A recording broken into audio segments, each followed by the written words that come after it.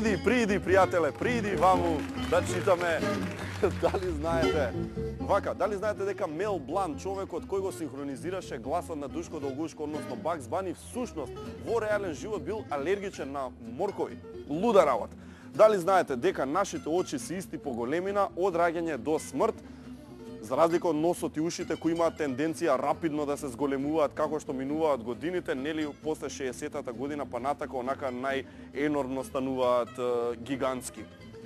И дали знаете дека млечното чоколадо го измислил некој си Даниел Питер, кој подоцна го продал концептот на својот сосед Хенри Несле. Каков морон бил тој Даниел Питер да беше сега тој на местото на Хенри Несле, ке млатеше пари, дами и господа. Ви благодарам за музиката, ви благодарам многу. Оди, врати ја камерата ако сакаш, таму ќе ни треба. Оди слободно, да.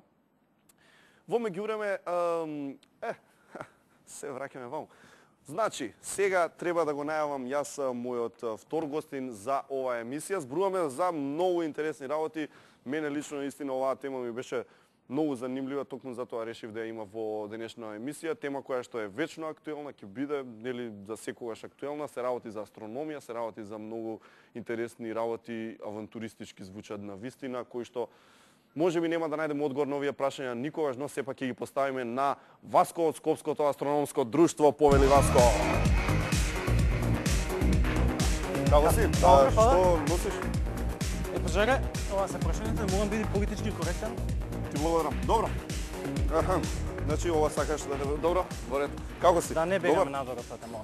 Фино расположен. Одлично. Добро. Звезди, да. Добро звезда, не, Касиопеја, мала сме голема мечка. Сите ги имаме, да. Да, благодарение на нашиот креатор на вакви работи.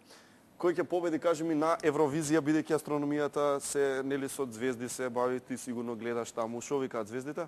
Калиопи беше сега, нели гостинка? Да. Имајте преди дека на нејзе Сатурн е во трета, Марс во седма, а Јупитер и нема куќа, ако луѓето сакаат, ќе победи. Така велиш? Одлично си, експерт, бога ми. Ајде вака, што е универзум? Што е Вселена? Многу едноставно, се што постои. Буквално. Ова маса е дел од универзумот. Секоја материја, енергија, се е дел од универзумот. Океј. Многу тоа е наједноставната дефиниција. А што е галаксија? Галаксија е групација на звезди, значи помеѓу себе гравитационно врзани. Еве на пример нашето сонце е дел од една таква галаксија. Во една просечна галаксија може да има помеѓу неколку милиони па до неколку милиони звезди, од кои што на пример нашето сонце е само едно од нив. Чекај, нашата галаксија има име? Има, Млечен пат. Млечен пат, Milky Way, да. Грците така е нарак. Старите грци, да. Тие грци. Тоа е галаксија, тоа е. Така, а има и други, Андромеда или како? Андромеда е најпозната зашто е прв комшија. Е многу интересно со Андромеда, после многу милиони години, значи ние нема да го живееме тоа од сега. Добро. Ќе се судриме со Андромеда. Стварно? На судирен пат сме, едни кон други. Што ќе се случи тогаш? Две галаксии? Не, нема да има бау. Добро, значи нема онака да биде. Нема, туку ќе има нешто како голема супа, нешто ќе се измеша. Тешко нека многу малку звезди ќе се судрат, баш затоа што звездите во галаксиите се многу растурени, кој што е црнилото помеѓу звездите. Така што веројатно се дека некои две звезди ќе судрат е многу мала. Ќе биде на голема супа, ќе стане една, ама да многу милиони, милиарди. Така, добро. Ќе видиме, некој веројатно ќе прави емисии. Да се надеваме дека нашите пра и така натака. И дај Боже. Сега вака, ќе пуштиме еден клип од филмот Ајнштајн Едингтон, каде што се збори за Алберт Ајнштајн и за Сер Артур Едингтон. Ваму во клипов ќе видиме како протагонистот Едингтон ја објаснува теоријата на релативитет, по која што е познат Ајнштајн, а потоа ние ќе збориме за истата. Ајде, пуштаме. Let me just show you. What are you doing? Have you gone mad? Dice on the other end. Pick it up. Pick up the tablecloth.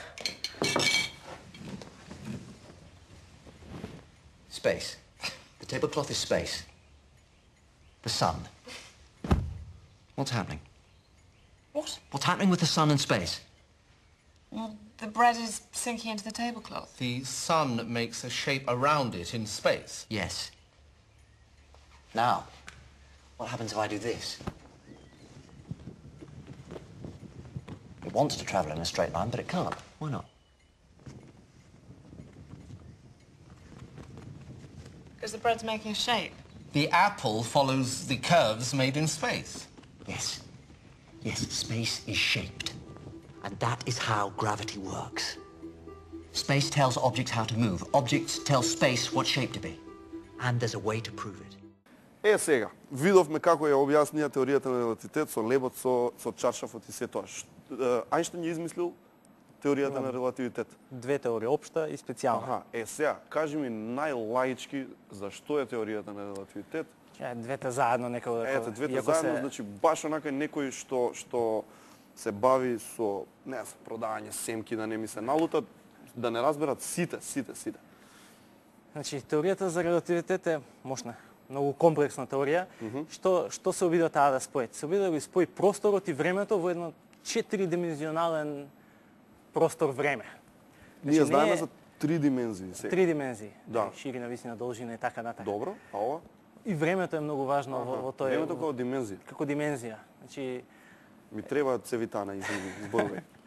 исто Ајнштајн разгледува и масата, односно пред се кога станува збор за големи маси, за големи енергии, тој вели дека како што на чаршафот, се криви кога ќе влезе некоја топка, па ќе натежни. Го виткува просторот, фактички. Кога има така голема концентрирана маса или енергија, целиот простор се закривува. Еве, например, знаеме дека планетите вртат околу Сонцето по кружни, приближно кружни патеки. Епа, според Ајнштајн не вртат по кружни патеки, тие си одат право. Просторот е искривен.